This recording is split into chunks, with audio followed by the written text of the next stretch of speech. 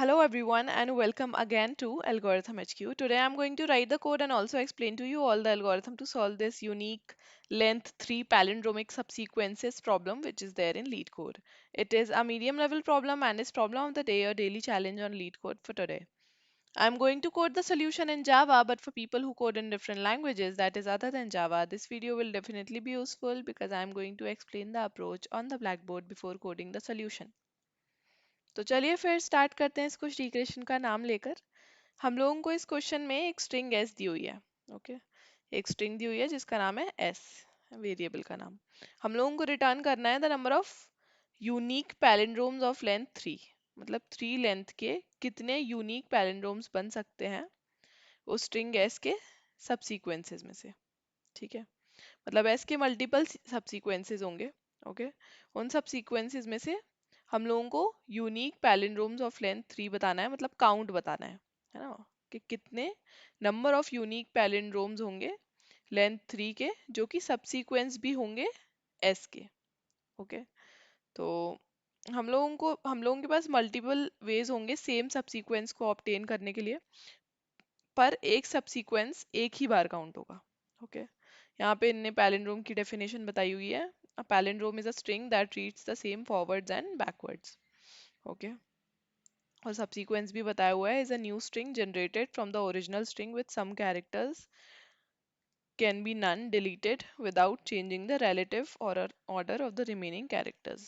Okay, तो basically palindrome किस type के हो सकते हैं, जैसे एक हो सकता है लेंथ 3 का अगर बनाए तो ए बी ए सी है ना, सिर्फ लेंथ 3 के देख रहे हैं हम, बी ए बी, सी ए सी, फिर जी एच जी, या फिर जी सी जी, है ना। तो हमें पता चल रहा है कि ये जो फर्स्ट कैरेक्टर है और लास्ट कैरेक्टर है ये सेम होने वाला है ना। अब क्योंकि लेंथ 3 है तो फर्स्ट कैरेक्टर और लास्ट कैरेक्टर सेम होने वाला है, और बीच का कैरेक्टर कुछ भी हो सकता है ना, और बीच का कैरेक्टर कुछ भी हो सकता है। तो बेसिकली हमें बस ये निकालना है कि एक कैरेक्टर के लिए, जैसे ए जो है ना, उसका फर्स्ट अकरेंस कहाँ है और लास्ट अकरेंस कहाँ है ना। जैसे ये यहाँ पे ए का फर्स्ट अकरेंस यहाँ है और लास्ट अकरेंस यहाँ है। ठीक है, अब इसके बीच में हम क्या क्या कैरेक्टर्स रख सकते हैं, है ना, इसके बीच में हम क्या क्या कैरेक्टर्स रख सकते हैं वो निकालना है।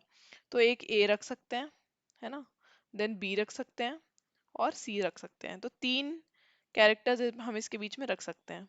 ठीक है, क्योंकि 3 यूनिक कैरेक्टर्स यहाँ पर आ रहे हैं। अगर हम बी ए के बाद बी का निकालें कि बी का फर्स्ट अकरेंस और लास्ट अकरेंस कहाँ है, तो बी का फर्स्ट एक ही अकरेंस है इस पूरी स्ट्रिंग में। तो हम ऐसी कोई स्ट्रिंग नहीं बना सकते कि पहले बी रख दो फिर उसके बाद कोई और कैरेक्टर रख दो और फिर से बी रख दो, है ना, क्योंकि दो बी आ ही नहीं रहे हैं उस स्ट्रिंग में। ठीक है, सी के लिए भी सेम चीज आ रही है ना। तो यहाँ पे कितने यूनिक पैलिंड्रोम्स बन रहे हैं लेंथ 3 के, 3 कैसे बन रहे हैं, ये इस ए को सबसे पहले रख दिया और इस ए को सबसे लास्ट में रख दिया, और उसके बाद क्या कर दिया, एक बार बी रख दिया बीच में, एक बार ए रख दिया बीच में और एक बार सी रख दिया बीच में।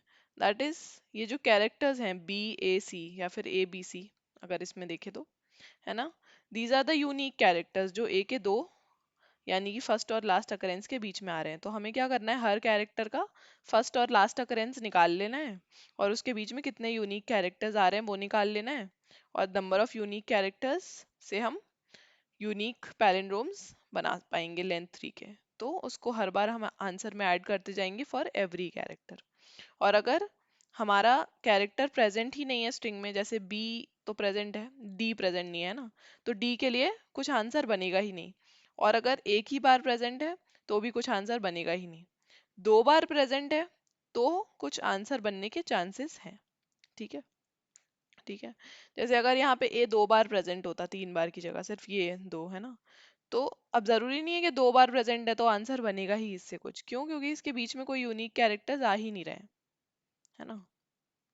तो इस एग्जाम्पल पे ड्राई रन इस पे कर लेते हैं, ड्राई रन थोड़ा सा बड़ा है तो ज़्यादा आसानी रहेगी समझने में। ठीक है, बाकी कैरेक्टर्स तो इसमें ए बी सी ही है। ठीक है, तो हम दो एरे बनाएंगे, दो एरेज बनाएंगे 26 लेंथ के। अभी मैं सिर्फ 3 लेंथ ले रही हूँ, क्यों, क्योंकि ए बी सी को हम 3 से ही रिप्रेजेंट कर सकते हैं, 3 लेंथ से। ओके, अब यहाँ पे ये हो गया।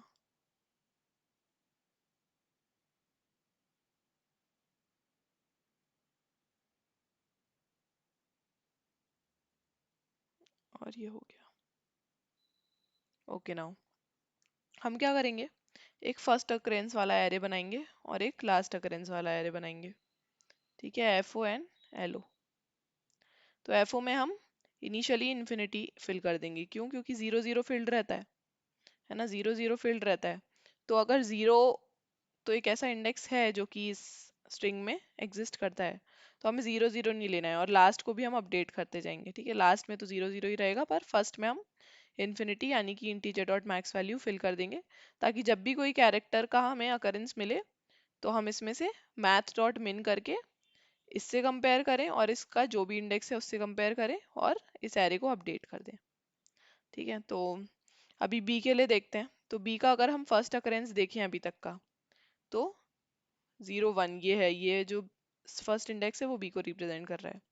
तो इन्फिनिटी और जीरो में से कौन सा छोटा है? जीरो। तो यहाँ पे अपडेट हो गया, जीरो हो गया।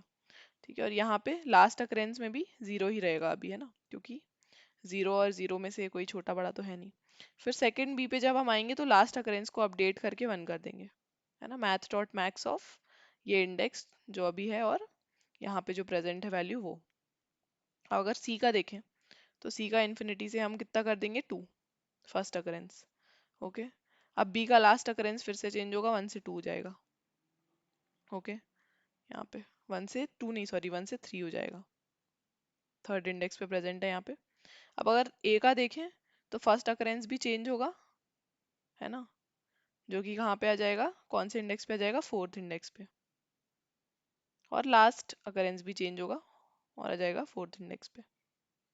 और सी का भी यहाँ से इन्फिनिट 0 से 2 हो जाएगा, फर्स्ट और लास्ट दोनों ही, क्योंकि यहाँ पे सेकंड पे ही प्रेजेंट है सी। ओके, अब अगर बी का देखें फिर से, तो लास्ट अकरेंस चेंज होके क्या हो जाएगा? 5, फर्स्ट अकरेंस तो सेम रहेगा। ओके, और अब ए का देखें, तो फिर से लास्ट अकरेंस चेंज होके हो जाएगा 6। ठीक है, तो हमारे पास दो एरे आ गए हैं, एक है 4 0 2 और एक है 6 5 2। यानी कि ए का जो फर्स्ट अकरेंस है वो फोर्थ इंडेक्स पे है और लास्ट 6 पे है, और बी का फर्स्ट अकरेंस 0 पे है और लास्ट 5 पे है, और सी का फर्स्ट अकरेंस 2 पे है और लास्ट भी 2 पे है। ठीक है, अब ये मैं हटा देती हूँ। ओके, तो अब हम करेंगे हर कैरेक्टर के लिए यूनिक कैरेक्टर्स उसके बीच के कैलकुलेट। तो 4 से लेके 6 तक, मतलब 4 + 1 से लेके 6 - 1 तक कितने यूनिक कैरेक्टर्स आ रहे हैं हमारे पास? कितने यूनिक कैरेक्टर्स आ रहे हैं हमारे पास? 1। तो ए पहले रख के और ए बाद में रख के यहाँ पे कितने नंबर ऑफ कैरेक्टर्स हम रख सकते हैं? 1। तो ए डैश ए से हमारे पास कितने पैलिंड्रोम्स बन पाएंगे, यूनिक पैलिंड्रोम्स? 1, है ना, क्योंकि एक ही यूनिक कैरेक्टर है। अगर 0 से लेके 5 यानी कि 1 से लेके 4 तक अगर हम देखें, है ना, बोथ इंक्लूसिव, तो कितने यूनिक कैरेक्टर्स आ रहे हैं हमारे पास? एक बी आ रहा है, एक सी आ रहा है, एक ए आ रहा है ना, तो 3 यूनिक कैरेक्टर्स आ रहे हैं। तो ये 1 + 3 4 हो जाएगा आंसर। ठीक है, अब सी के लिए देखें, तो 2 + 1 यानी कि 3 और 2 - 1 यानी कि 1। ये तो कोई रेंज ही नहीं है ना, तो मतलब यहाँ पे सी जो है उसको हम ऐसे नहीं रख सकते कि पहले सी रखो फिर बीच में कुछ और रखो फिर से सी रखो। पॉसिबल ही नहीं है, क्योंकि एक ही सी प्रेजेंट है। ओके, तो हमारा आंसर जो होगा वो इस केस में हो जाएगा 4। ओके, वो इस केस में हो जाएगा 4 और हम यहाँ पे 4 रिटर्न कर देंगे, यहाँ पे करा हुआ है। तो इसका सिंपल सा कोड रहेगा, फटाफट से हम कोड करके देख लेते हैं कैसे कोड करने वाले हैं। यूनिक कैरेक्टर्स निकालने के लिए हम सेट का यूज करेंगे। तो सबसे पहले हम ले लेते हैं फर्स्ट अकरेंस वाला array, F O is equals to new int, length कितनी रहेगी? 26। और फिर उसके बाद लास्ट अकरेंस वाला एरे, अगेन लेंथ कितनी रहेगी? 26। Arrays dot fill, F O में क्या कर देंगे हम? Integer dot max value. Okay, ये फिल कर दिया हमने। अब उसके बाद हम कहाँ से कहाँ तक आइटरेट करेंगे? आई इज इक्वल्स टू 0 से I less than S dot length तक, then I plus plus. Okay, अब हम क्या करेंगे, हर इंडेक्स पे जाके हम चेक करेंगे कि हम एफ ओ और एल ओ को अपडेट कर सकते हैं कि नहीं। तो FO में हम क्या अपडेट करेंगे, कौन सा इंडेक्स अपडेट करेंगे, s dot char at I minus ए।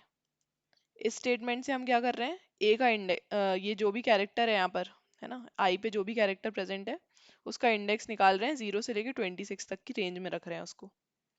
ठीक है, 0 से लेके 26 तक की रेंज में कौन सा इंडेक्स रिप्रेजेंट करेगा उस कैरेक्टर को, वो निकाल रहे हैं।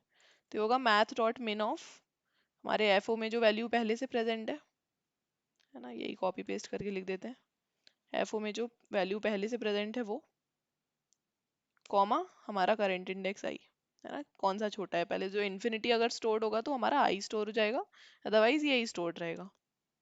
ठीक है, अगर एलओ के लिए हम देखें तो हम आगे ही बढ़ रहे हैं ना, जो आई है वो प्लस प्लस ही हो रहा है, तो हमें मैथ डॉट मैक्स निकालने की जरूरत नहीं है, क्योंकि जो पहले होगा वो हमेशा कम ही रहेगा आई से।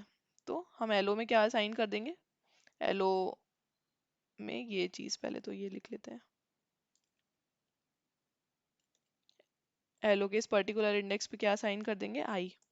ठीक है, अब हम एक इंटीजर आंसर करके वेरिएबल ले लेते हैं, int answer is equals to 0। Okay, अब यहाँ पे हम कहाँ से कहाँ तक जाएंगे, आई 0 से लेके 26 तक, आई प्लस प्लस। ठीक है, अब हम निकाल लेते हैं इसका फर्स्ट अकरेंस, जो भी आई एथ कैरेक्टर है, यानी कि I0 इज इक्वल्स टू ए, है ना। तो ए का फर्स्ट अकरेंस कहाँ पे स्टोर्ड होगा, एफ ओ के आई पे, है ना। और लास्ट अकरेंस कहाँ पे स्टोर्ड होगा, एल ओ के आई पे। ओके, नाउ हम एक सेट ले लेते हैं कैरेक्टर का, सेट ऑफ कैरेक्टर, इसका नाम दे देते हैं unique, is equals to new hash set.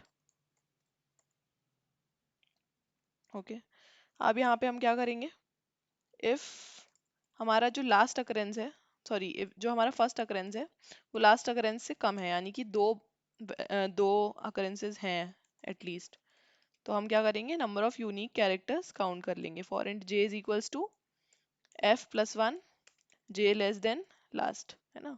First occurrence plus one से काउंट हमें करना है, number of unique characters J plus plus.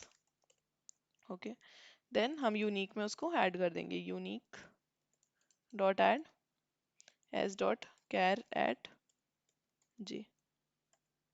ठीक है, और फिर लास्ट में हम क्या कर देंगे, for every character answer dot plus, answer plus equals to unique dot size. Okay, ये हो गया, लास्ट में क्या रिटर्न कर देंगे हम, आंसर। रन करके देख लेते हैं एक बार, सैम्पल टेस्ट केसेस पास हो रहे हैं, सबमिट करके देख लेते हैं, और कोड सक्सेसफुली सबमिट भी हो गया है। बट जाने से पहले please do not forget to like the video and subscribe to my channel if you haven't already. Also इस सॉल्यूशन की जो टाइम कॉम्प्लेक्सिटी है वो कितनी है हमारे पास, O ऑफ n।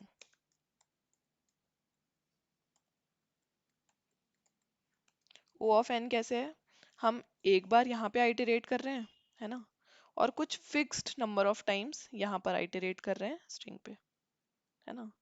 तो फिक्स्ड नंबर ऑफ टाइम्स है, तो ये O of 26 into S dot length ले सकते हैं इसकी टाइम कॉम्प्लेक्सिटी, पर अगेन वो जो 26 है वो कांस्टेंट है, तो जो हमारी ओवरऑल टाइम कॉम्प्लेक्सिटी आएगी वो O ऑफ n आएगी। ओके, तो नेक्स्ट वीडियो में मिलते हैं, that's it for this video, Radhe Radhe.